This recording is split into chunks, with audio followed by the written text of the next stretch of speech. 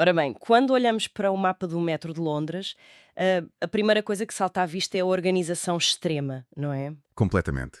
Tudo parece incrivelmente clínico e lógico. É exato. Temos aquelas linhas de cores diferentes, os pontos de interseção desenhados com uma precisão cirúrgica. É uma geometria tão limpa. Sim, é o triunfo ilusório da ordem sobre o caos urbano, digamos assim.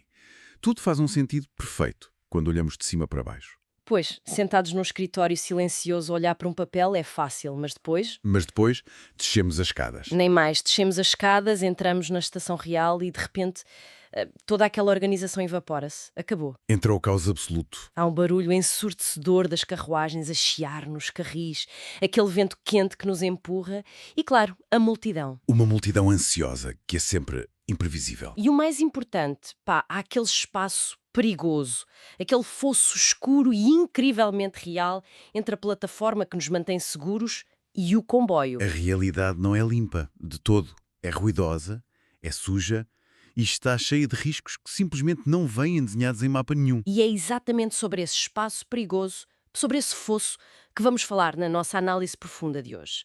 Bem-vindos a mais um mergulho nas fontes. Olá a todos. O que temos hoje é realmente fascinante.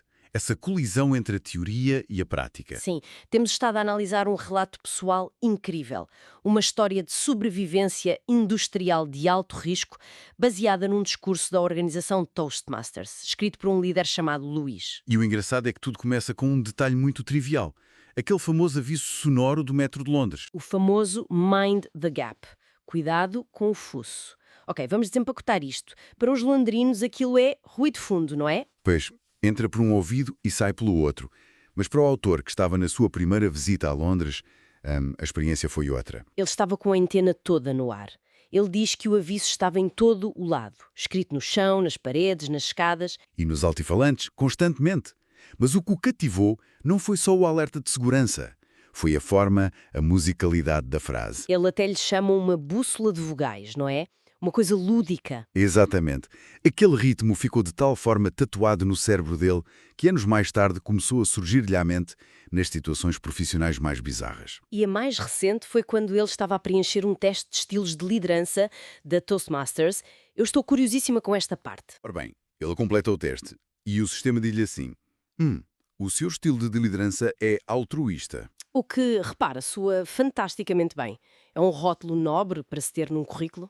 Claro, todos queremos ser altruístas, mas logo a seguir o sistema revela o seu próprio fosso, uma pequena falha na Matrix, digamos. Conta lá isso. O teste diz-lhe que, dependendo das circunstâncias e por uma margem de apenas 2 ou 3 pontos, ele também poderia ser classificado como democrático, Ok, justo. Faz sentido. ou afiliativo, ou até, e aqui é que a coisa complica, um líder autocrático. Espera aí. Autocrático? Mas isso é literalmente o oposto de altruísta. Pois é. E a perplexidade dele perante este resultado é o ponto central para entendermos a natureza humana. Quer dizer, se um texto diz que podes ser o Gandhi à terça-feira e um ditador implacável à quarta, qual é a validade do texto? Metro. Parece que estamos a lidar com horóscopos empresariais. Horóscopos empresariais é uma excelente analogia. Tipo, hoje com a lua em finanças vais ser muito democrático, mas cuidado com os ascendentes autocráticos depois do almoço. A liderança real não é um questionário de múltipla escolha. E é aí que a teoria falha. Um teste numa folha de papel não tem pulsação, não tem consequências imediatas, nem risco de falência. A teoria só ganha vida quando testada sob pressão. Nem mais. E a pressão que este autor enfrentou no passado foi das mais cruas possíveis. Temos de recuar até à década de 90 para perceber isto. Vamos a isso. Para quem nos ouve, o cenário desta época é vital para entender a panela de pressão em que ele estava metido. O contexto macroeconómico e político era um verdadeiro barril de pólvora nacional. O país estava altamente dividido. E temos de ser imparciais a relatar isto. De um lado, tínhamos um governo de direita no poder com uma missão muito focada. Sim, o objetivo governamental era fechar o fosso, olha o gap outra vez, o fosso de produtividade em relação ao norte da Europa. Era aumentar a produtividade a todo custo. E em resposta a esse clima, os sindicatos estavam a organizar greves a nível nacional. Um choque de titãs puro. E no meio desta tempestade macroeconómica estava o nosso autor a gerir uma fábrica. E atenção, para quem está a escutar, não estamos a falar de uma startup com puffs coloridos e mesas de ping-pong. Longe disso, era uma fábrica da indústria do couro. As palavras que ele usa são brutais. Ele chama-lhe uma indústria úmida, fumarenta, fedorenta e escorregadia. Steamy, stinky and slippery. Dá quase para sentir a umidade entranhada na roupa só de pensar, não é? E a saúde financeira da empresa era ainda mais sufocante do que o chão de fábrica. Os bancos tinham fechado a torneira do crédito. Certo? Completamente fechada.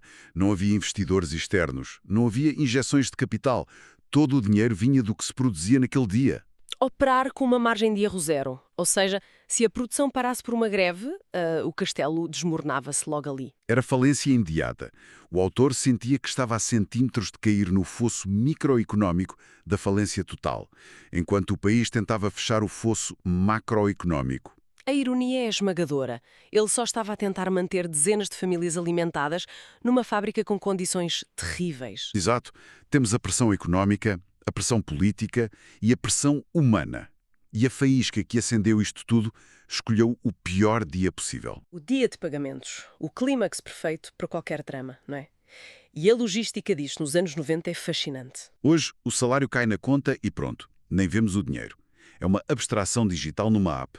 Mas na altura pagava-se em dinheiro vivo e o relato descreve uma enorme mesa de reuniões. Coberta por dezenas de pequenas pilhas de dinheiro físico, meticulosamente organizadas para cada trabalhador. Visualmente, é de uma vulnerabilidade extrema.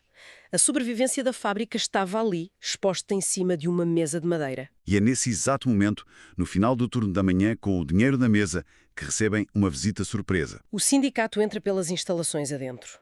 E não vieram com meias palavras, vieram de forma muito agressiva. Vieram para incitar uma greve imediata. O objetivo era garantir que o turno da tarde nem sequer chegasse a arrancar. Exigiam o quê? Melhores condições e salários mais altos, suponho? Sim, exigências clássicas. E queriam que o líder assinasse um compromisso com garantias inabaláveis para o futuro ali mesmo. E aqui é que as coisas ficam mesmo interessantes, porque a reação dele foge a todos os clichês. O líder normal defenderia a empresa e atacaria o sindicato. Diria que eram exigências irrealistas, que a economia estava mal. Mas o autor faz uma confissão brutal e nua e crua. Ele diz, e cito, o sindicato tinha razão. A sério, ele admite isso. Admite abertamente. Ele reconhece que as condições de trabalho eram dignas da Idade Média. São as palavras dele. Uau! Ele não vive na ilusão de que a fábrica dele é um ótimo lugar. Ele vê o fosso. Mas isso levanta uma questão moral gigantesca. Como geres um conflito quando o adversário tem razão? Pois, o instinto diz para ceder. As condições são péssimas, logo, pagas mais. Mas se ele ceder àquelas garantias, a empresa fecha hoje. As pilhas de dinheiro na mesa seriam as últimas. Não existiria o mês seguinte. Portanto, não podes ceder, mas moralmente não os podes culpar. É um beco sem saída absoluto. O que é que se faz? A teoria da Toastmasters não te ajuda aqui? Neste milissegundo, a teoria colapsa. Nenhum questionário te prepara para isto. O instinto e a transparência radical tiveram de tomar as rédeas. E a jogada que ele faz a seguir é de um thriller psicológico. Ele não vai lá abaixo discursar para a multidão, pois não? Não. Ele escolhe 3 representantes do sindicato e convida-os a entrar na sala de reuniões. A sala onde estava o dinheiro todo? Mas repara, isso não é tirar gasolina para a fogueira. Mostrar o dinheiro a quem te exige mais dinheiro. É um risco absurdo. Podiam revoltar-se e exigir o dinheiro todo ali mesmo. Mas ele foca o conflito no recurso financeiro de forma inteligente. Ele pede ao contabilista para mostrar uma coisa aos delegados. O quê? O extrato bancário. Exatamente. O extrato oficial da conta do banco da empresa. E diz-lhes, vocês estão a olhar para todo o dinheiro que temos no mundo. Ele tira a abstração toda do caminho. O problema não é ele ser avarento. O problema é o zero que está no papel do banco. Ao partilhar o extrato bancário, ele tira a máscara da autoridade omnipotente e substitui-a por um ultimato matemático puro. Ele desenha-lhes o mapa. Se continuarem a trabalhar hoje, o turno arranca e levam um vasto salário completo. A fábrica continua viva. Mas se avançarem para a greve agora mesmo, uma parte deste dinheiro na mesa tem de ir já para os fornecedores. O que significa que hoje todos vocês só vão receber metade do ordenado. Caramba! A pressão que isso coloca. Ele transferiu locos de controlo. O sindicato entrou pronto para lutar contra o patrão, mas o patrão saiu da frente e deixou-os a lutar contra a matemática. E para garantir que a gravidade da situação assentava bem, ele junta uma contagem decrescente. O relógio estava a contar. O turno da tarde ia começar e ele dá-lhes exatamente 20 minutos para decidirem. 20 minutos para tomarem a decisão e avisarem os colegas lá em baixo, no meio daquele cheiro e da umidade toda. E depois disto, o autor faz a coisa mais audaz. Ele e o contabilista viram as costas e saem da sala de reuniões. Deixam os delegados completamente sozinhos com o dinheiro. Sem ninguém contra quem direcionar a raiva. Forçaram-nos a confrontar a realidade fria e crua da sobrevivência. Sozinhos com as notas e os trata-zeros. Sabes, isso faz-me lembrar uma situação muito mais doméstica, pá. Pensa naqueles pais exaustos com filhos adolescentes. Aqueles que querem sapatilhas de marca caras e telemóveis novos o tempo todo. Esses mesmos. O instinto autocrático do pai é gritar: não há sapatilhas nenhumas porque eu é que mando nesta casa e não há dinheiro. O que só gera rebeldia, não resolve nada. Exato. Mas os pais mais espertos sentam o miúdo à mesa. Põem a conta da luz, a do supermercado, o recibo de vencimento e dizem: a nossa matemática é esta. Escolhe lá que conta não vamos pagar para tu teres as tuas sapatilhas. Nem mais. Ao mostrar a matemática pura, transferem o peso da decisão. E foi exatamente isso que ele fez. Forçou o sindicato a ver o mesmo fosso que ele via. É uma excelente metáfora. A metáfora do metro volta em força no desfecho.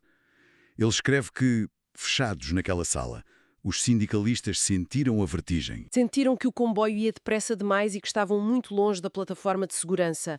Viram o gap. E perante a iminência de cair nesse fosso e destruir o sustento de todos, decidiram não fazer greve. O turno da tarde avançou e todos levaram as suas pilhas de notas inteiras para casa. A fábrica sobreviveu mais um dia. Mas a grande surpresa é o que aconteceu à relação deles depois deste episódio de tensão máxima. Foi isso que me chocou mais. O autor diz que a partir desse dia a hostilidade pura e simplesmente desapareceu. Ele passou a ter uma relação de enorme respeito mútuo com o sindicato. O que nos atira de volta para a pergunta da Toastmasters. Afinal de contas, qual foi o estilo de liderança que ele usou naqueles 20 minutos? Altruísta ou autocrático? Ele inventa um neologismo brilhante no seu discurso para responder a isso. Ele diz que agiu de forma altruiscrática. Altruiscrática é uma palavra com peso. O que significa fundir estes dois opostos na prática? Se pensarmos no método dele, foi altamente autocrático. Ele não abriu uma roda de debate para falar de sentimentos. Claro, não houve votação democrática. Ele deu um ultimato rígido de 20 minutos e saiu da sala. Isso é ditatorial. Mas o propósito subjacente a essa frieza foi inteiramente altruísta. Ele não o fez para proteger o próprio ego ou para ganhar um bónus. Ele fez isso para salvar os empregos, para garantir que aquelas famílias não caíssem na miséria se a fábrica falisse. Autocracia no método, altruísmo no propósito. É a flexibilidade moral e tática nas trincheiras da sobrevivência. Quando a conta está a zeros, a teoria pura desfia-se. O fim justificou os meios de uma forma que um teste jamais captaria. E essa é a grande lição. Liderar não é escolher a caixa A ou B no questionário. Liderar eficazmente é cuidar de fosso. Dominar o abismo entre a teoria limpa e a realidade escorregadia. Garantir que ninguém cai debaixo do comboio, seja com empatia ou com ultimato. Sem dúvida, é uma métrica de sucesso muito mais real e crua. É uma perspectiva monumental, honestamente, e com isto aproximamo-nos do final da nossa análise profunda de hoje. Foi um mergulho intenso, não haja dúvida. Mas antes de fecharmos, há uma semente de reflexão que gostava muito de deixar plantada na mente de quem acompanha o nosso programa. Força! Qual é a provocação que levas deste caso? Pensemos na ironia do mundo corporativo moderno. Nesta velha fábrica de couro, a transparência financeira mais extrema e crua... Colocar o extrato bancário miserável em cima da mesa? Exatamente. Essa partilha de informação salvou a empresa e gerou um respeito duradouro entre a gestão e os trabalhadores. Partilhar o locus de controle. Sim. Ora bem, se abrir o jogo resolve conflitos com esta eficácia, por que razão o secretismo sobre as finanças corporativas continua a ser a regra de ouro sagrada na esmagadora maioria das empresas hoje em dia?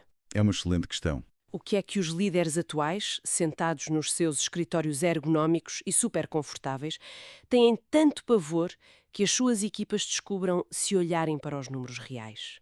Será o medo de perderem a sua ilusão de autoridade?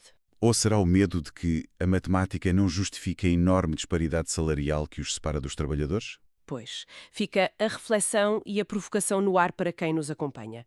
Muito obrigada pela curiosidade constante e pelo vosso tempo dedicado a mais este mergulho nas fontes. Muito obrigado a todos. Até à próxima.